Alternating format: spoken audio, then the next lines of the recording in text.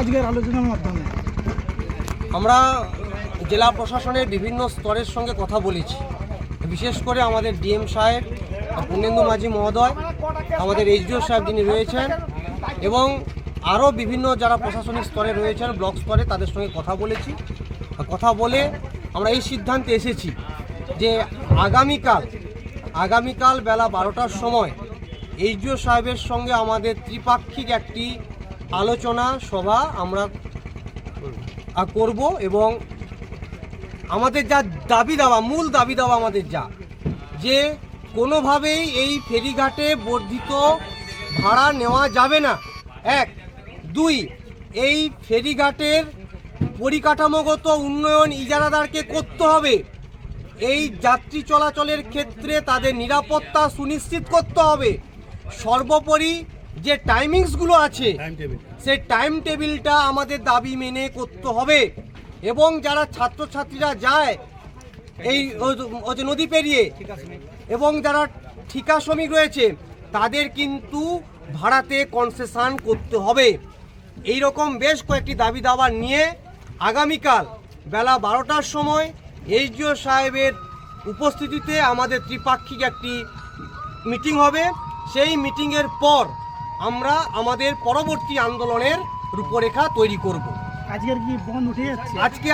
আজকের দিনের মতো ফেরি চলাচল স্বাভাবিক করে দিচ্ছি আজকের মতো, কালকে 2টো অবধি এবং কালকে 12টার সময় মিটিংয়ের পর যা সিদ্ধান্ত হবে আপনাদের ডেকে আমরা জানিয়ে দেবো। কেন্দ্রবাণী ফেরি সার্ভিস সমন্বয় কমিটি প্রতিবাদে আমাদের আন্দোলন চলছে, আইন আমরা মানছি না, মানব না।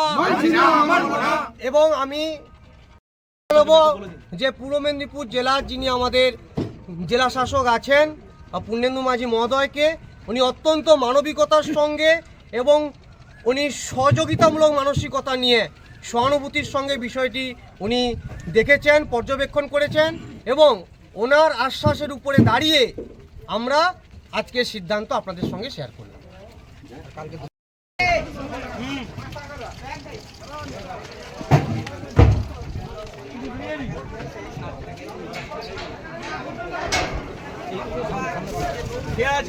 স্বাভাবিক হলো, যাত্রীদের উদ্দেশ্যে বলবো আপনারা নিত্য কাজে যে যা যেতে পারেন।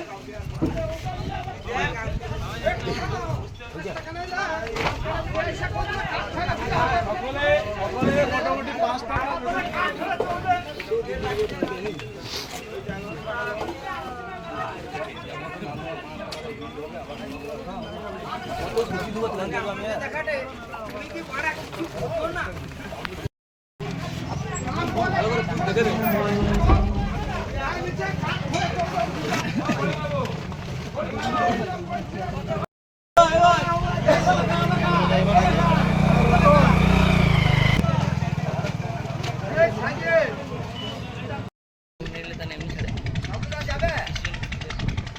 টাকা ছাড়বে একটা ছাড়া।